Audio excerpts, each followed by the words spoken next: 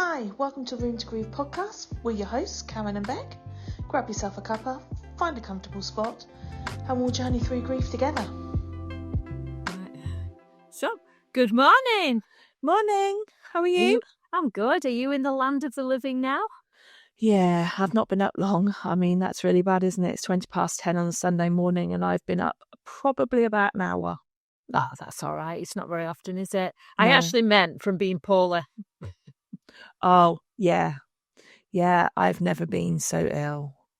I was really, really, really poorly and didn't get out of bed for days. But yes, thankfully feeling better. Do you know the really saddest thing about it all is I was so poorly and I only lost £3 in a week. Originally, you lost 8, didn't you? I did. And then I went to the doctors and they told me that I had to keep eating to pass everything through me.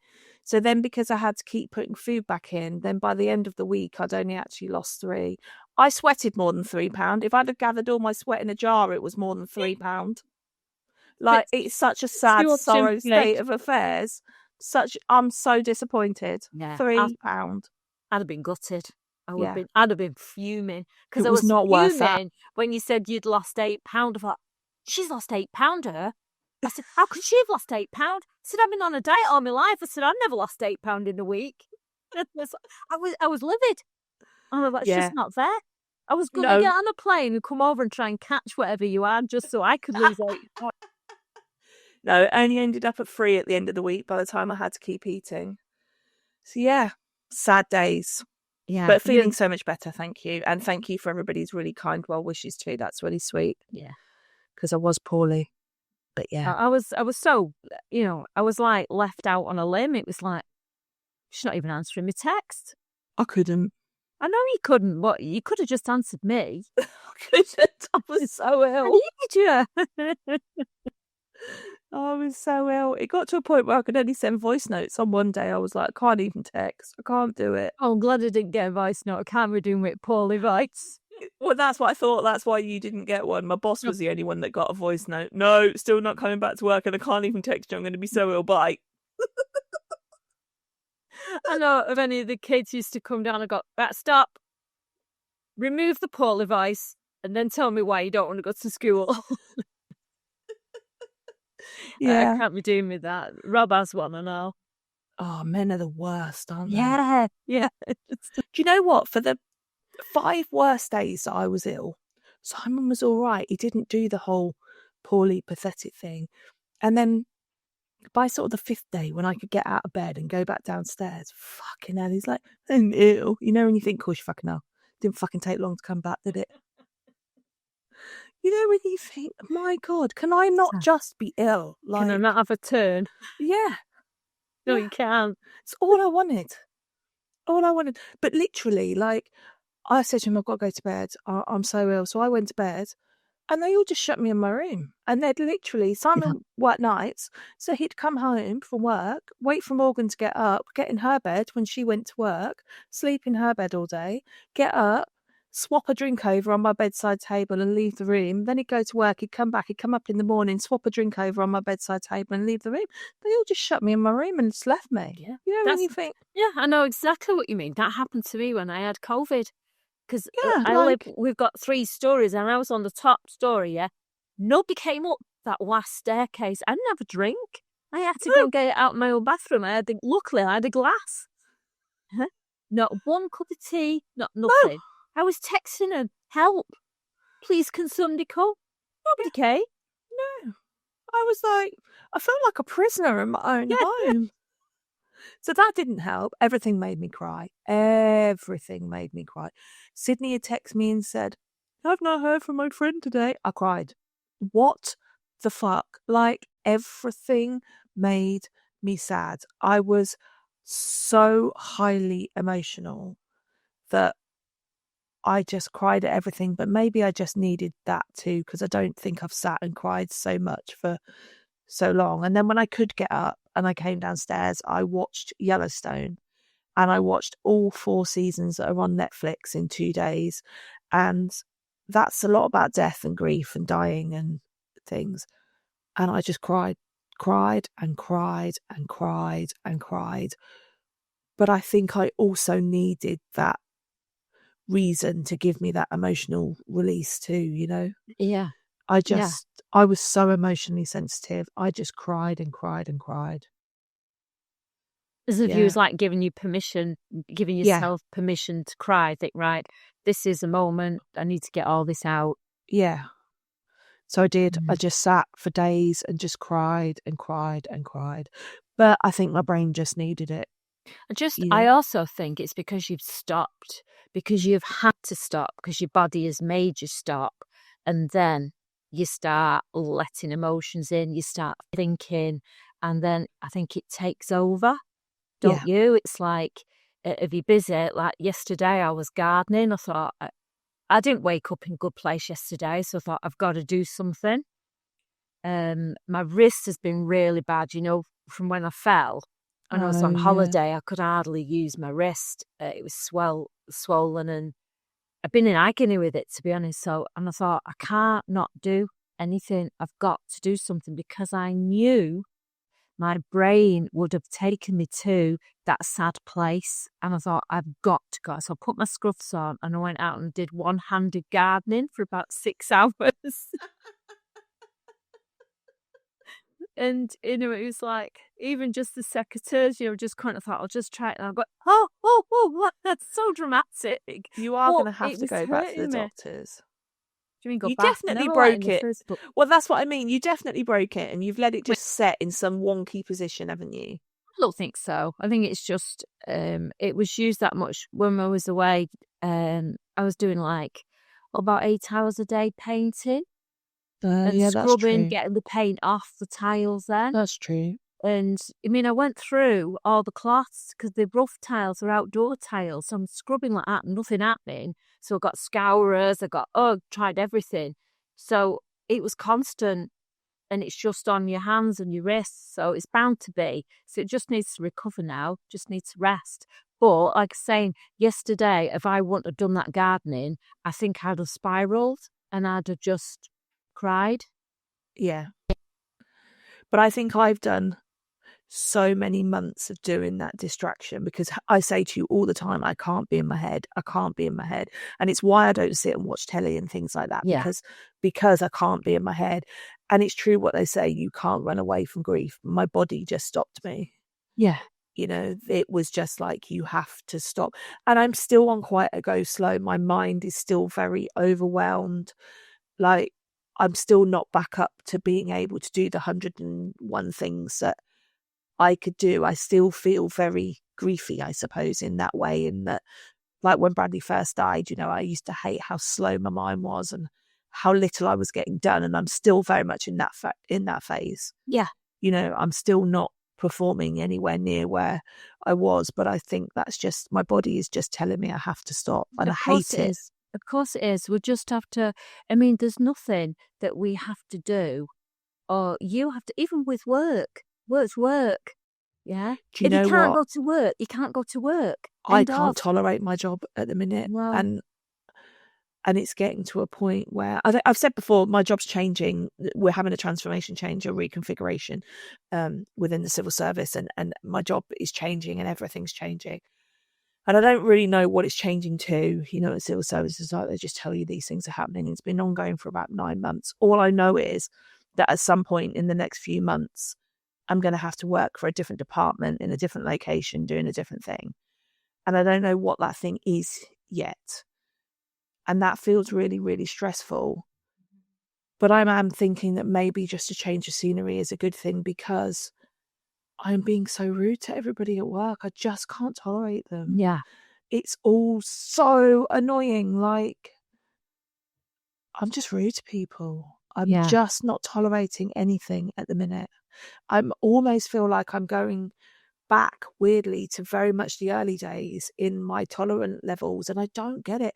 Everybody is annoying me. I've seen like Tasha, my best friend, see her usually every single weekend. I've seen her once since Christmas. I can't tolerate people, and it's not that I can't tolerate her. I just don't want to see her. I just don't want to see anybody. I just don't want to do anything. Like, I know exactly what you mean. Yeah. I'm at risk of sort of losing friends again, like. effort to be civil, Yes. an effort to just speak to somebody and ask about them. It's not that you don't care about them. It's not that you've fallen out, or like you say, you're not fallen out, Natasha. No. It's just difficult at the moment, and I've not even been poorly like you. So it's just time, and it's effort, and it's brain space, and it's emotional space, and it's and I just think I can't cope with hearing your shit too. And that sounds pathetic, right? no, But it's that's not. how it just is, such an overwhelm of like. It's a bit like, I know I've been moaning about Simon, and I said about when he was in B&Q that day and that guy spoke to him and he was like, stop speaking to me. I feel a bit like that on a less dramatic scale. Like, Yeah. I'm just more aware of it in that I'm managing a little bit better than Simon's crying in B&Q. Do you know what I mean? Yeah. But I genuinely feel like that. And it's like, where does it come from? Because I'd kind of felt that I was coping a little bit better. I kind of felt like I got through Christmas and New Year and all of that much better than I thought I was going to. And, even Bradley's birthday, I kind of felt that maybe I did it a little bit better. But then when the actual day came, it felt so hard. And since then, I've just nosedived.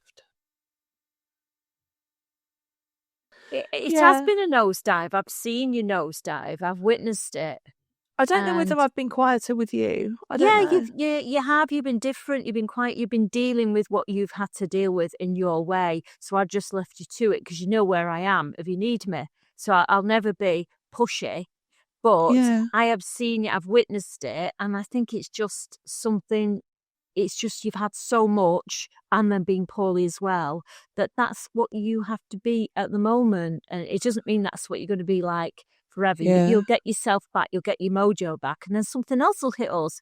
Do you know what I mean? I think this is just a cycle forever, isn't it? It is. It's a cycle for everybody, I think. And if you think about your job, before Bradley died, you'd probably look forward to a new job and something different and a new team. Yeah. But now it's so much effort just to have that continuity. And just the usual everyday thing that you do is a relief because it's something you don't have to think about. And now, because I'm good at my job that I do at the minute. And now, big head, and now you've got to think about something else and put something else into the equation. I don't even know who I'm going to work for. So I'm going to have a whole new team of people that don't know about Bradley, that don't know anything. And then it's that kind of, do I tell them? Don't I tell them? What do I tell them? How are they going to react to it? To them, it's going to feel like not dramatic because it was 2 years ago. So to them, it's just going to be, she's just somebody whose kid died a couple of years ago. That my team went through it with me. My current team went through it with me. So they kind of still feel or understand how hard it was at the time, kind of thing, and they know how they all felt when they heard too. Whereas this team, I'm just somebody whose kid died a couple of years ago, and it's, it was a few years ago. Yeah. And to you, it was yesterday. Yeah. Yeah. Yeah. And so that's going to feel, I'm just not looking forward to. That's massive. That really is. And that's difficult to deal with.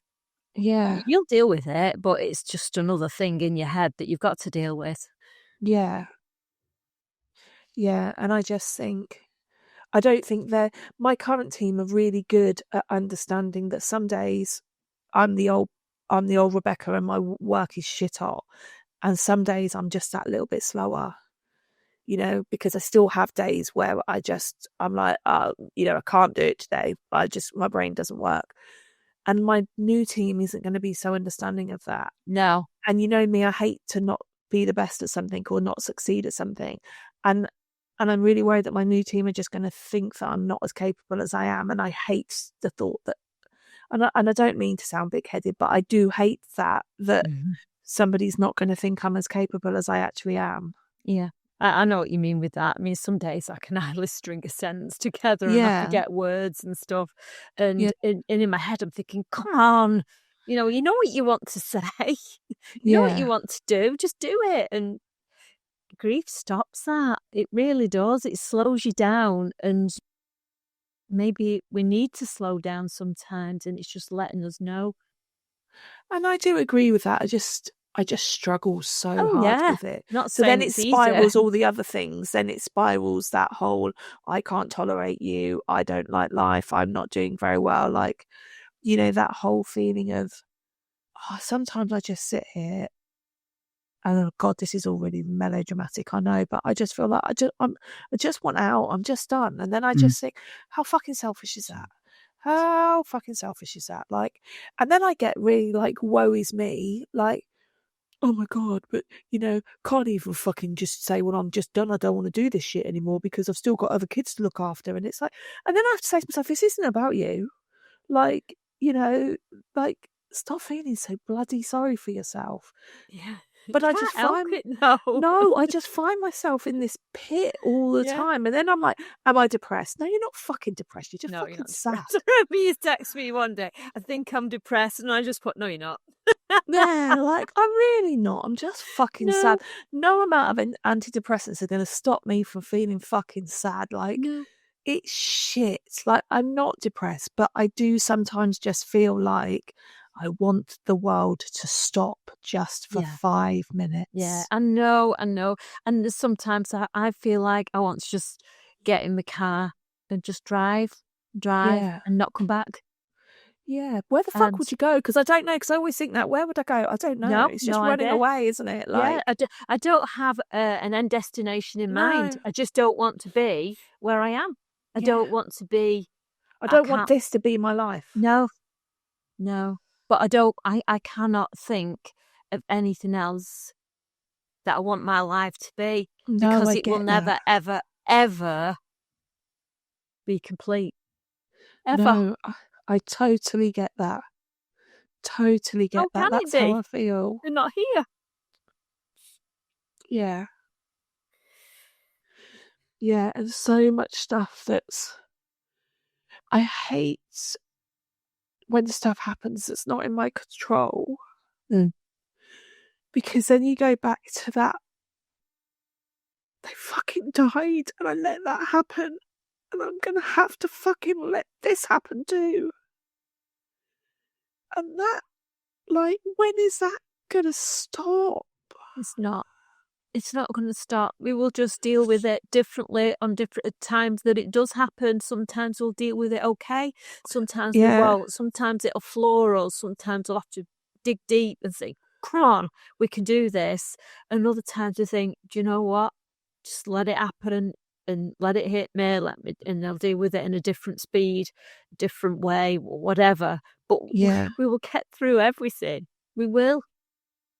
And I think that's what I'm learning is, and it's very difficult for me because it's not in my nature, it's not in my personality, but that learning to sit in it. And I used to hate that, you know, I used to think it was such an American thing when Bradley first died and we first became aware of all this grief stuff and this grief community, and everybody's like, you know, you've got to lean into it and you've got to sit with it. And I used to think, God, that's such an American thing to say. But really, that's what I've got to learn to do. I genuinely need to learn to just sit with it. And I find that is so hard. Easier said than done, isn't it? I mean, some days they are just words. The words you read, the words you say to yourself, and they're not going in. You're not leaning into it or whatever you want to call it. They're just words. And other days, you can listen to those words and you can take them in. It all depends on how you feel and what's happening on that day. And I just keep saying it over and over, you just got to be kind to yourself, because if you're kind to yourself and you realise that some days are shit and some days are not, you probably just get through them just that little bit easier and help us get through. We've still got all our family and friends to help, and they're all still there, most of them, and we just get through it. Yeah. My circle's still getting smaller. But again, it's me. I'm aware it's me. And I don't know at what point, you know, I do worry about completely isolating myself.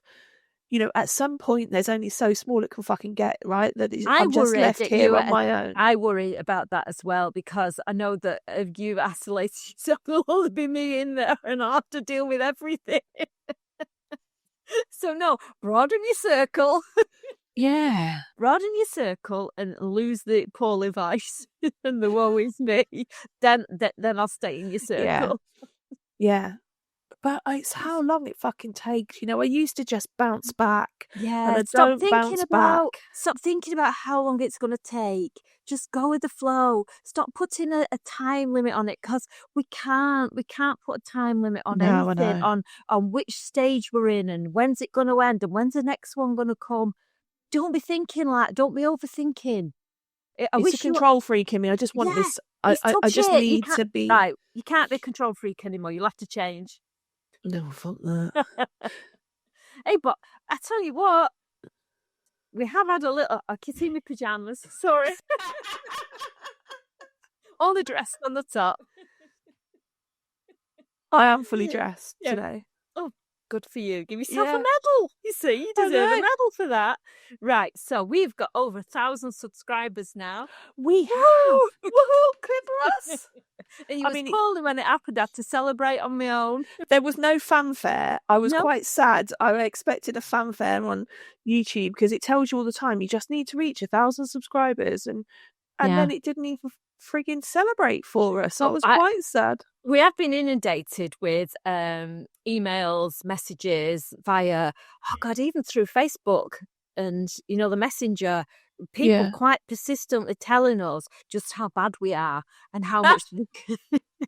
Not listeners, you mean like marketers? Marketers, yeah. Yeah. And it does make me laugh, though, because they usually start off just how, think you're fab, but you're not really. This is how much we can improve you. Yeah. And as influencers, that has me pissing my sides. I'm not an influencer. I'm a mum. Right? Yeah. I'm a mum who talks to another mum. Right. We're not influencers. And who the fuck are we influencing? I mean, no one wants to be influenced by us. Like, we don't lead people up the right path, honestly. No, you made me swear. My swearing's gone. Oh, it's worse than so much since I've met you. So you're not influencing me very well, I'm afraid. No. But it's like they want to tell us how we can improve our lighting, how we can improve our scripts. We don't have a script. Do you know what? I read one that was like, I can help you with your script. And and you think, fuck off. This is my fucking life.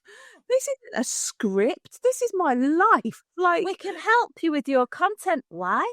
Have you had somebody so close to you, drop dead? Yeah, like... no, you can't help us with our script. Our script is our everyday life. Yeah. And when we get messages from people, proper normal people like us, I use the term normal for you, very, very casual.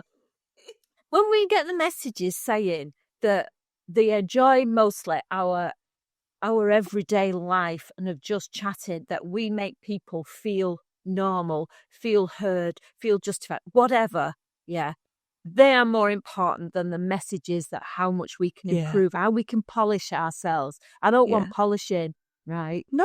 I'm sitting here in my pajama bottoms and I'm chatting to my friend. Yeah. Crying. Whatever. Crying, laughing, ranting. We're doing it how we do it. And that's the only way I can do it, because that is us. So, I did read one where somebody wrote that and I thought, wow, I don't script this. We don't even discuss before we come on what we're even going to talk about. It's because I set off from upstairs and by the time I've got downstairs, I forgot what I wanted to talk about. Yeah. You said to me, use your notes on your phone, because I said I need a pen and pencil next to the bed because I come up with these good ideas. And then I've forgotten about them in the time I've cleaned my teeth. And you said, put your things on. My phone looks like a jigsaw. I can't even see. Have you not noticed I've not texted anybody? Hardly. Because I cannot see my screen. It's in that many pieces. But you've only just had it fixed. Like, stop breaking it. I know, but I'll do it again. I did actually. The other thing that I spoke about, I think it was last time we was just me and you, that I want to use the community page more. And I did a brilliant post about in people joining with us and giving us stories and giving us nice, like, I'm not being like toxic positivity, just saying, we've got enough tears, we've enough sorrow. Let's just think of something nice about our person that we can share, and that you can share your person with us. We want to hear that. And I did this post and I put a picture on and I put it on the communities, which has changed its name. It's now just posts, right? So I'm looking, where's this community button? I'm on my screen, I can't find the community button. I'm looking on my phone and looking on the iPad. It's a bit miraculously different on one thing from another. And I'm like, so I Googled it. Oh, it's changed its name, right, to posts. So, right, okay. Thought it was dead clever that I'd learnt something on myself without messaging you. So I did this post at ages, sorting it out, getting the picture right and all that. Yeah. So, press the button. Just went. Just disappeared. I did everything right. So then I threw my laptop across the room.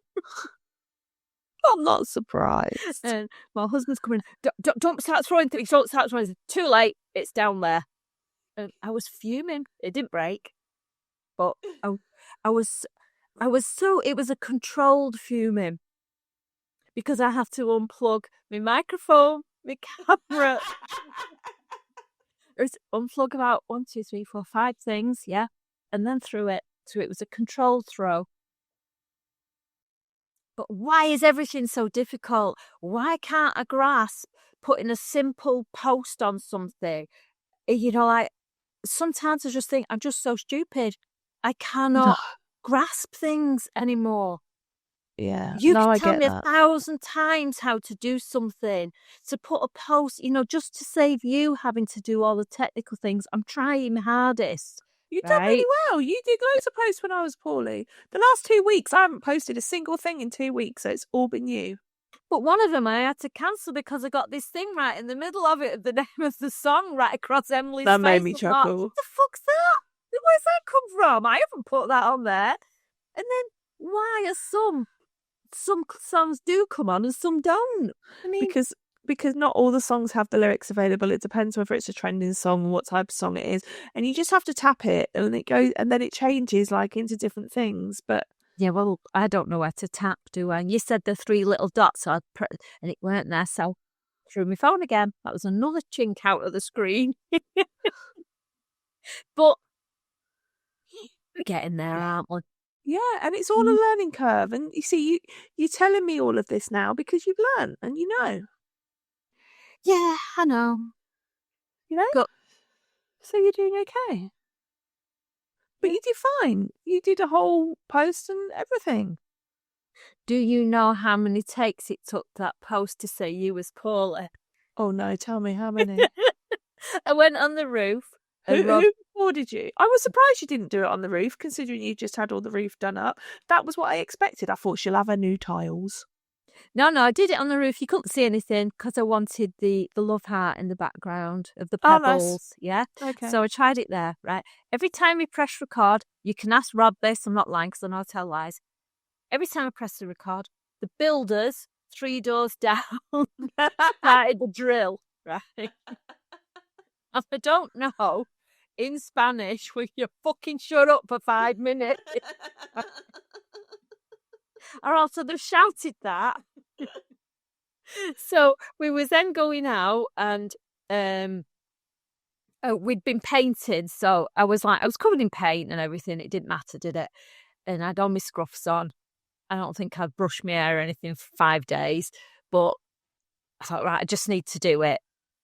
And then it recorded me again, and I realised I had my glasses on, my sunglasses, and I hadn't even realised, and they speckled in emulsion. And they're not like my nice glasses, they're like these, I don't know where I'd found them, they were just these glasses that I've honestly never known anyone to have as many pairs of glasses. Karen has a basket by her front door full of sunglasses, and this is no joke. There must be 12, if not 15 pairs of sunglasses in this basket. She just randomly picks ones when she goes out. Like, my sunglasses are prescription, fair enough, but I just have one pair. I don't know anybody that has so many pairs of sunglasses. But anyway, it always bemuses me when I come to your house in Spain how many pairs of sunglasses you have. Because I go to Primani and they're like €1 a pair. So I just get them all, and then it doesn't matter if you lose them, and you can leave some in the car. And there's just loads. Honestly, this basket's like, it's like a fruit basket just full of glasses by the front door, sunglasses. Madness. But why can I never find any glasses? And I was like, I said, oh, these glasses are weird. They're giving me a headache. They're making me feel a bit dizzy. And Rob put me, he said, they're prescription ones. He said, they're plus tubes. I didn't know they did prescription sunglasses, over the counter. Yeah, when I was driving, I felt like the car was going, oh, that's something wrong here. Only you. He said, did you not see that? I said, no, I didn't have my glasses on when I picked them. Yeah, so I'd done this recording, and then I realised I had these old scruffy glasses on covered in paint. I went, why didn't you tell me I had my glasses on? And I went, I don't know, I'm just today pressing the button. So, yeah, so it took a few takes that, and in the end I didn't say anything what I wanted to say. I just thought, right, that's it now, that'll do. I felt too ill, I didn't watch it, but Simon said it was good. Yeah. Yeah, Simon told me what it said, but yeah, I didn't feel well enough to watch it. And then I've not really been on socials. I'm like, I just feel so overwhelmed. I've just not been on them at all. That's what I mean. When I say like nothing has gone back to working, it feels like very much like the early days. Like, yeah, I feel like I proper just crashed and burned a bit, and I need to just come back out of it. Yeah. And I will, like you say, I will. Of course you will. It'll just take one thing that you think, oh yeah, I'll do that, and it'll just grab your interest again.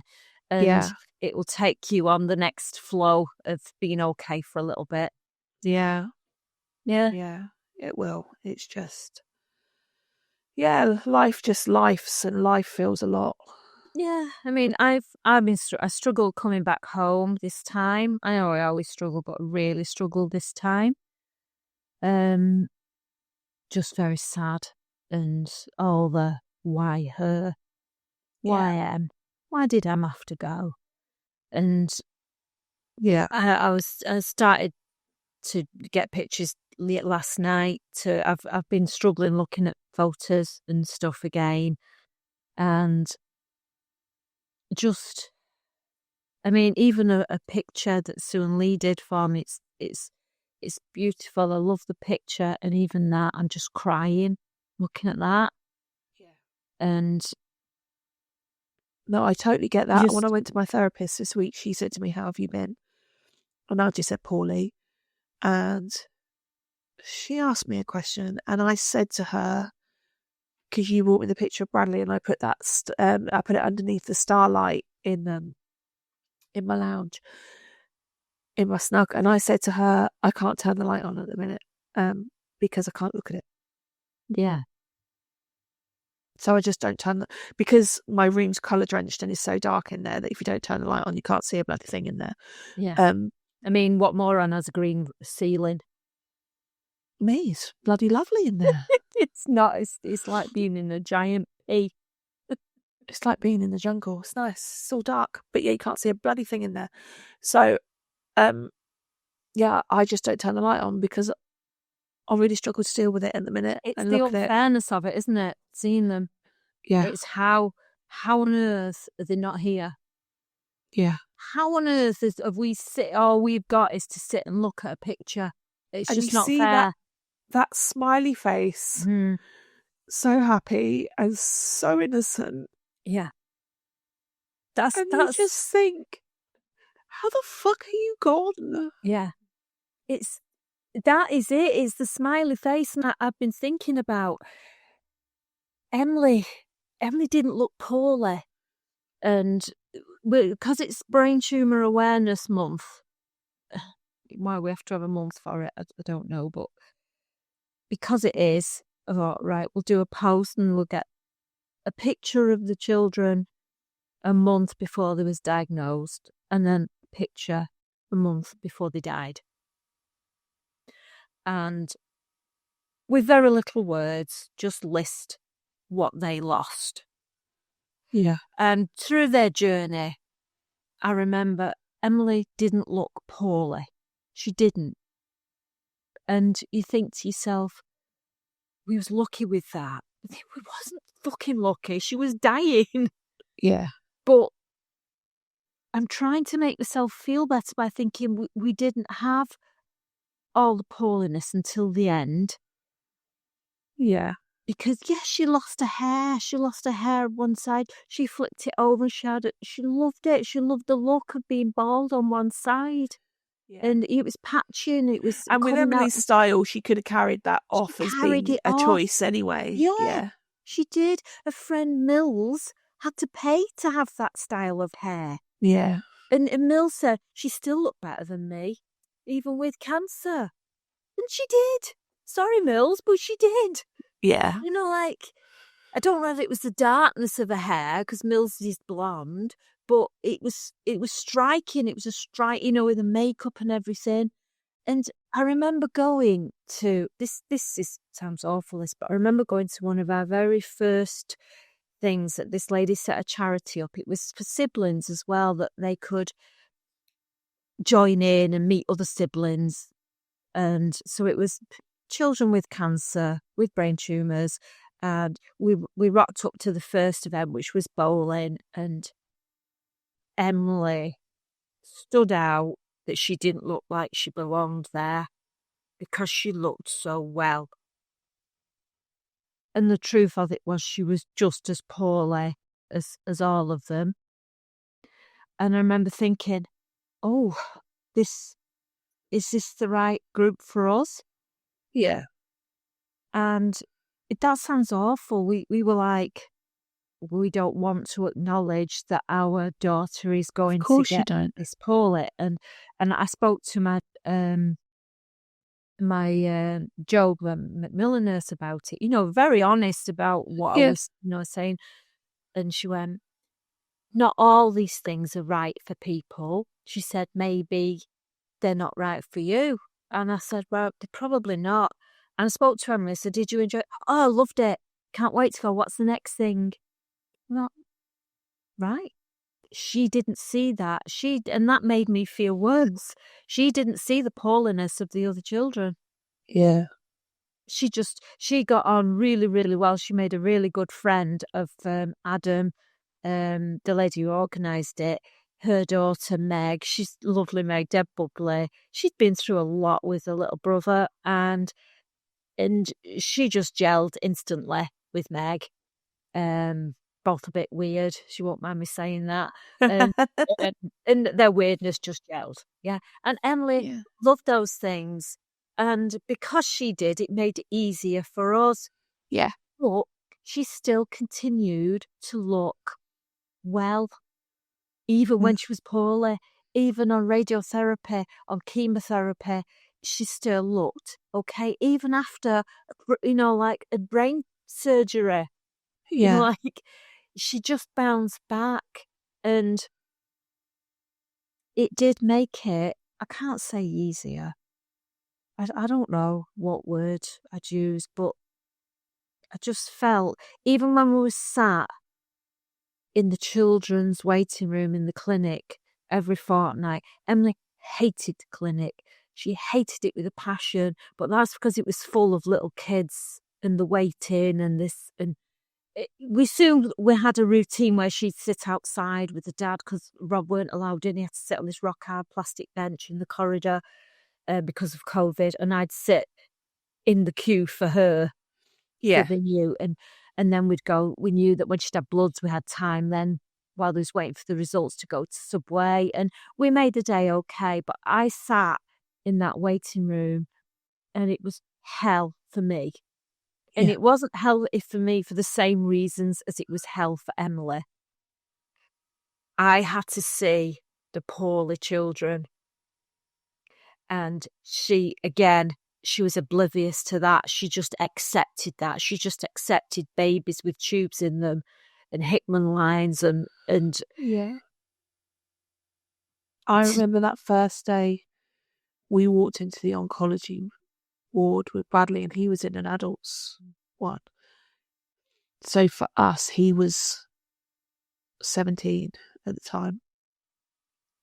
And everybody just turned and stared because most people there were 50, 60, 70. And so we just became, the attraction, if you like, because you could see the pity in everybody's face of, we're old, he's young. Yeah. We had that at Christie's. Yeah. And I remember the first day we walked in, Simon and I both struggled really hard not to just completely break down in that room.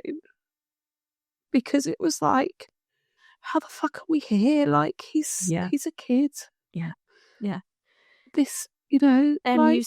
at Christie's, they don't have a designated children's area. It's sort of you have your waiting room, and then you're taken to the radiotherapy machines.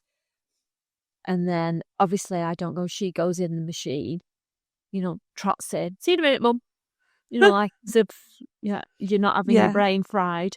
And I sit, and then my mask fell off as she was in that room. And so it's only a matter of minutes, isn't it? That the actual 10 minutes treatment, in the machine, sometimes the mask doesn't line up and they have to, jiggle about, and anything over 5 minutes, then I'd start to, something's wrong, something's happened, and I'd pace up and down, and you could see, because she was like the only child, because they bring one child at a time down.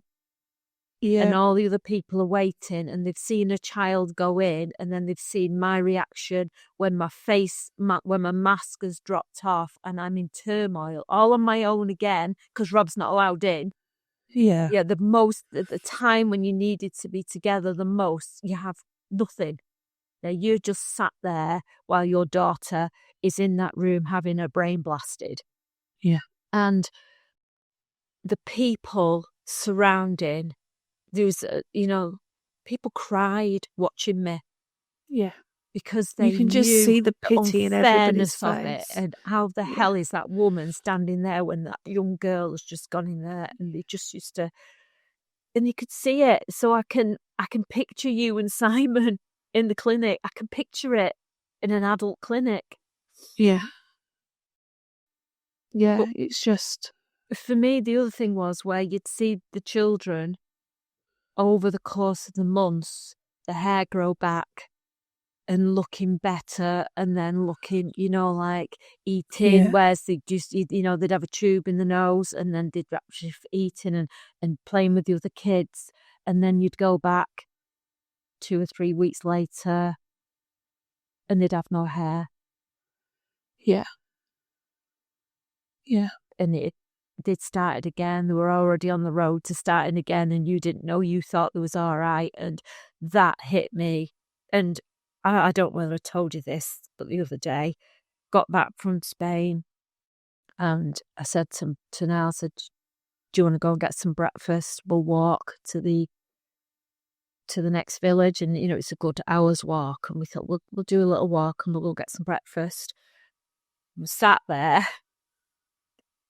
and in the door, Nell had his back to the door. This little boy walked in with his mum, with a tube in his nose. And she said, go on, what do you... And he had a hat on.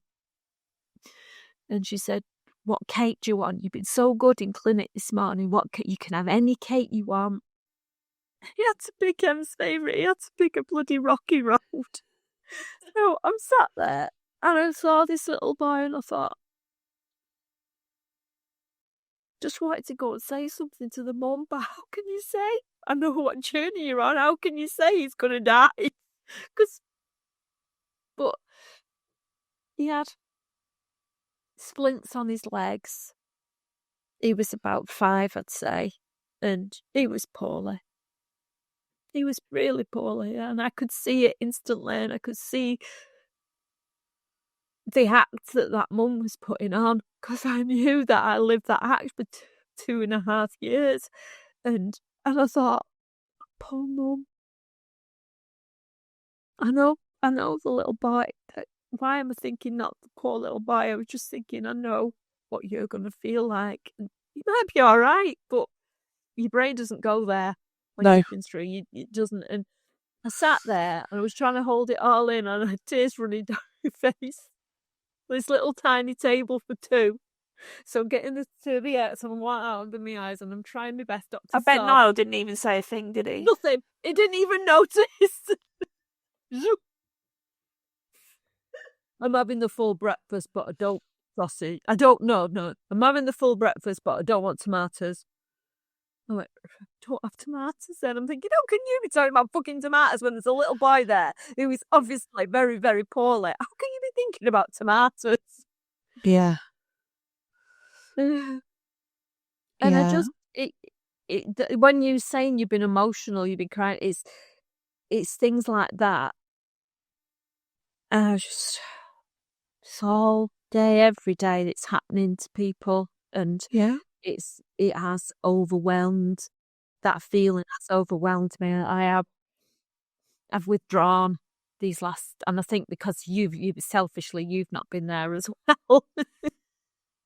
Yeah, so I've been a bit shit. I just can't cope with my own life, let alone anybody else's at the minute.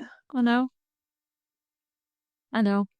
It's just, but like when I see people like that in situations like that, that's when my brain goes, fuck, I live that.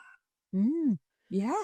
You know, that's what I look at her and feel like, like, oh God, how bad that must be. And then you kind of think, well, of course it's bad. I did that. And it's like, I did that. And it becomes like I'm still doing it. Yeah, it becomes like a realization moment. Yeah. You see it from the other side, don't you? You see it from, I don't know, it's almost like, oh my God, that's what my life looks like to other people. Yeah. Fuck. I really do live somebody else's worst nightmare, my own worst nightmare, everybody's worst nightmare. I really do live that. And and I think that's just what it is. I think I just hide myself in this weird bubble so many times that then I just don't cope when that, when I'm forced to face it. How can you not be in that bubble sometimes? We've said this so many times. You cannot live without that bubble 100% of the time. You've got to be able to function. You've got to be able to put yourself in the bubble to get through something. But I think then that's why it's so easy for other people on outside of our bubble that don't know our bubble to mistake that as us doing okay. And I think that's why it probably then becomes really difficult for them to deal with, like I'm doing at the moment, going in and out of it, because I think I can imagine that so many people in my life has just been like, but you're fine, you've been coping, oh God, here we go again. They just feel like, oh God, we've got to do this again. And, it's a lot on them too, isn't it? I get why it strains friendships. I get why it changes things, because sadly we now have to ask a lot from people, and it is a case of, yes, we are going to keep doing this over and over again. And our friendship comes with a lot of pressure, and it's not an easy person to be friends with. I'm sorry, but it's just not. We are going to do it. We are going to keep lighting candles. We are going to keep talking about our kids. And as the years go on, more people will drop off because they probably can't cope with that. Perhaps we're boring, perhaps. Yeah. I imagine I am, because my brain doesn't have too much in it other than fucking hell, this is my life. Like, and I've turned into a very woe is me kind of person. And I have to remind myself that all the time, everything that happens, it's like, why do I always feel sorry for myself? And I have to think, not everything's fucking happening to me, but I feel sorry for my own reaction to everything. Does that make sense? It does make sense. But I don't think you are. We joke about you being woe is me and your poor voice and all that. But to be honest, I think you do brilliant, and because you've had a lot thrown at you, and you give yourself a hard time. That's what I think personally. I don't think you're woe is me. You might feel it inside, but I just sometimes think, God, this isn't about you. What, But it is why are you about so hung you up because on how I feel about it, it's allowed to be about you. Of course it's about you. Yeah. But then you also then snap out, you flick a switch and you go into mum mode, wife mode, employee mode. You're still functioning. Yeah. But it is Just. about you. It is. It's your son. And it's about Simon. And it's about the kids. It is about them to them. And it's about Simon to Simon. It's about you to you. Because it is. You've not Yeah. got your son. He's not here. No. So it is about you. It's your story. And Yeah. you are allowed for it to be about you. Yeah. I mean, Yeah. we all deal with things so differently. Everybody that's listening that's lost somebody, be it a husband, a baby, a child, a partner, whatever, a mum, a dad. We thought it's still about them because it's them that has lost that person, isn't it? Yeah. It's like, and we all deal with it really differently. Like you might like to be surrounded by people. Like we're going out today. We're going out this afternoon. We're going for an Indian to a place called Dishoom in Manchester. Oh, And I am so jealous. I so want to go. yeah, we're not going with my brother. I thought you were. Which has been cancelled a couple of times. No, because we was originally going with my brother for my son's 21st, which was November. We're now in March. And it's been cancelled a few times, like I've just said, for various reasons. But we weren't bothered that it was cancelled because really it started off with just us five going, my brother and his partner, me, Nan and Rob. Then my brother said, oh, the girls want to come. And then their partners. And then Frankie's girls wanted to come, and it grew and grew and grew. We can't cope with that. Yeah. Because then Emily is missing from that family group. And it becomes about Emily. And it then becomes about me not coping that she's not there. Yeah. And I still haven't told my brother why we've not gone with them. Because you talk about, I don't want to make it about me. I'm just the same. I don't want to say, I can't do that because that's too many people. I will eventually have to tell him. Yeah. But I keep putting it off. So today we're going with my friend, Lynn, and her husband, because they want to take Niall out for his 21st. And say, right, let's go there. And everybody's more happy, not just with the people that we're going with, the situation, because then it's not a big thing, and Emily it becomes about it's a present for Niall as opposed to something Emily isn't involved in. Yeah, totally get that. And yeah, Lynn is just as close to Em as my brother. Lynn is her let's call it godmother. Even though we didn't go to church, Lynn is been there since day one of my children, and I don't even have to explain how I'm feeling to Lynn and in any situation, but I will be fine going there with her. Yeah.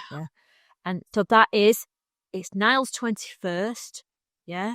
It's a meal out. It's still about me. I've made it about me that I couldn't cope with all the people and Niall won't be able to cope and Rob won't be able to cope. But at the end of it, it is about me.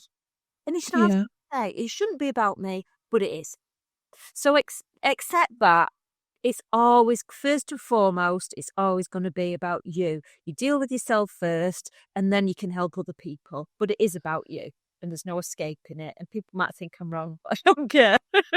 No, it makes me feel better because I always just feel like, when am I going to stop making this about me, for fuck's sake? That's just how I always feel. Accept it is about you.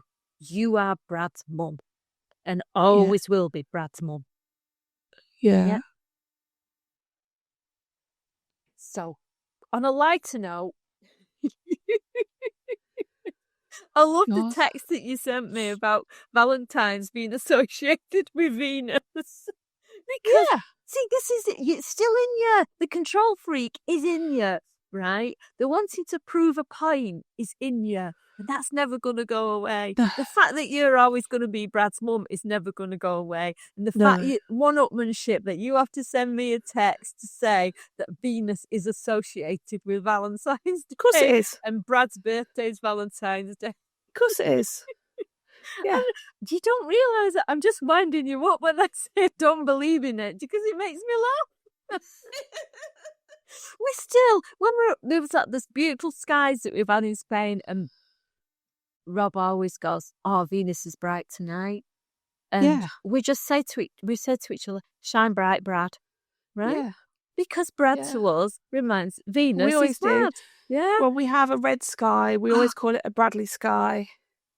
And when Venus is out, we always look for Venus. Everybody always looks for Venus, and everybody will always send me a picture and say, Venus is out tonight. And for ages, Venus didn't come out. For ages, Venus wasn't. And then the last couple of months, Venus, since Christmas, Venus has started. Yeah, it's really bright. Yeah, Venus has started shining really bright. And it's like, since I've been really struggling, it's like Venus is out. And weirdly, and say, "Come on, Mum. Come on, get your fight back." Like Karen kick you up the ass. Yeah. No, it is. Yeah, because I went out on the balcony and I looked at the sky and I thought, well, pretty shit that, Brad. You can do better than that, right? And then I'm not telling lies. Rob went out literally 10 minutes later. Said, "Oh, Karen, you should see this gorgeous sky." And I went out. Went, "That's better." Yeah. Anyway, who you talking to? And I went, "Who do you think I'm talking to?" For that. Yeah. Yeah, we always call that a Bradley sky. Yeah. I've done a couple more pebbles. I've done a pebble for a little boy called Harry. I've already done one Harry one because they both like Mr. Tumble, and it was 2 Harrys. Oh, so I've done one. So I've done another one now. I've not put a post on about it yet. And I've also done one for a lady called Elsie. So I should put them out. Next time I go, I'll do a picture. And I've decided that I'm so shit at the pebbles, right? Even though I consider myself as quite an artistic person, pebble painting is not for me. So I'm taking my mum for a fortnight, and she's going to have a conveyor belt. Okay, is your mum quite artistic? My mum's very artistic. She's really good painter. So I've got all my designs of what I want. I want butterflies, owls, Harry Potter themes, Lego. I've got all these. Nice. Yeah. I know what everybody wants. I've got everybody's name. And I'm just, instead of putting the dates on, because there's not enough room to write, I'm just going to put the forever age on. And so I've got about 50 pebbles to do. Blimey. Yeah. So I'm going down to the garden centre to buy me pebbles. I have to sand them all down, wash them, and then put a base coat on. And then my mum, because I can't do them as a mass. They've got to be individual. Yeah. And because it takes so long when doing each one, like I say, I did 2 in one day. I mean, I've been busy painting and stuff with the roof and everything, but I want to be able to have time to do them properly. Yeah. Do you know what I mean? They mean something to me. Of course they do. And I tell you what, they cause such a stir. I love watching people walk past and stop. That's nice. It really, because I'm very protective, and Rob's extremely protective. If somebody's got a dog, that dog better not wee on our pebbles. And there is really, really the locals. We need to get the sign done, don't we, in Spanish? I don't know why that's not been done. But my next door neighbour's been poorly, so he's not been able to. He's had pneumonia. So let's. Anyway, so we're getting on with the pebbles. If anybody wants a pebble, let us know. And I'll put it on the list. And it doesn't just have to be pebbles for children. It can be for anybody Elsie that you want to remember. Elsie, the one I've just done, is for my friend's mum. Yeah. And she wants one doing for her sister, a brother called John. So I shall do that. Yeah. So if you want a little bit of a memorial for somebody in sunny Spain, then, let us know. Because, I just like to take Bradley all over the world and just let everybody know. Yeah. Of course I do. And I'm sure other people are the same. So no, that's cute. And it keeps you out of trouble and your mum. Yeah. Means I don't have to keep taking her to the fish and chip shop and then the sandwich shop and then steak. Because I don't eat out when I go. It's not a holiday. Yeah. We enjoy cooking. Oh, my son made us a paella last night. Oh, nice. Love paella, lovely. me. Chicken and chorizo paella. Nice. You have never seen as many pots. It's a paella. You only need one pan. No, everything out. It was just like, it looked like we'd been burgled. So I have a spice cupboard, and I think it just gets everything out. Oh, I mean, it only that's needs cute, though. Saffron, paprika, salt and pepper, and something else, right? Every single spice. Oh. Just everywhere. Oh. It filled the entire island, right? Yeah. Pan, nice. I didn't know which pan I was going to use. I thought it was a big one, but it weren't as big, so I used that thing. And I'm like, well, why didn't you put the other one away? And then Rob's but at least he's cooking. Don't pick on him. He's doing well. I'm thinking, it took me an hour this morning just to tidy up. Anyway. But that's good. Yeah. Nice. So this is People Last for our everyday life. This is what we've given you this week. Yeah. Yeah. Yeah, that was a bit raw and honest this week, wasn't it? So that's life, isn't it? We're surviving, but just on this end. So yeah, I felt like I was doing better, and I've my roller coaster's dipped a little bit, but I do feel like maybe we're on a slow climb back out of it again. So we'll see what happens. Yeah. And if you're not, you might be able to twist and turn on the way up, but yeah, you'll only come back down again. So you may as well I just hope that I don't lose my job in the meantime. Very close to telling everyone to piss off. So, I just need to be selectful on who I speak to at work so I keep my job. Yeah. And then win the lottery somewhere in the middle so that I don't have to go to work anymore. Yeah. And I can retire to a hot country and just sit in my own brain all the time and not be overwhelmed. That's what I need. That's not going to happen, is it? No, it's not. No. You probably don't even buy a lottery ticket, so you're not going to win the lottery. No, I don't. There you go. You win every week. Anyway. Right. We win in life. We've got each other. Yeah. We're winners. We get through every day. Yeah. Yeah. Tears and snot on everything. Well, then we'll keep on doing it. Yeah. Well, you enjoyed Dishoom. Can't wait to hear all about it. Yeah. Been weighed on Tuesday. Can't eat that much. Oh, honestly, I'd love to go there. It's supposed to be brilliant. So go try that. Do you know what Rob did last night? They went to get some paella rice. I said I wasn't going because I literally had not brushed my hair in a week. And it was just, I couldn't have gone in public yesterday or looked. So I said, I'm not going, I'm gardening. It means getting all the time. I said, you go to shops, get whatever you need. I said, just get me some, because we've been watching Traitors on, because of you. We've watched all 3 series now, so we was on the final. I said, get me something, I said, something healthy to watch Traitors tonight as a little treat, something healthy. Well, tell me what, because you have to give Rob something very specific. Yeah. Or you just don't get everything. You can't say surprise me. Yeah. Oh, okay. Surprises, you get nothing. Because he's overwhelmed and can't think. Yeah, he's overwhelmed. Oh, I had to make a decision. I couldn't decide, and I didn't have a bag, and I forgot the club card. And I'm like, for fuck's sake, doesn't matter then. I won't have anything. Right, so I just said, get me something, but I want something healthy. Didn't really want anything healthy. I was hoping he would just get me like a cake or something. But I didn't want to say that because then that would be cheating on my diet. So he came back with a box of lemon drizzle cakes. Nice. And he went, I thought it'd be healthy because like lemons are fruit. Really? I mean, the fact that he thought it was healthy is a bit worrying, but the fact that it actually still was cake is fine, right? That's a win. That's what you wanted anyway, right? Yeah. I was really good. Luckily, I only had a very little bit and I pushed them all on him. But so I'm just trying to think. I've got to use calories at Dishoom today. Oh, no. I just want to be slim. I just want to feel better in myself.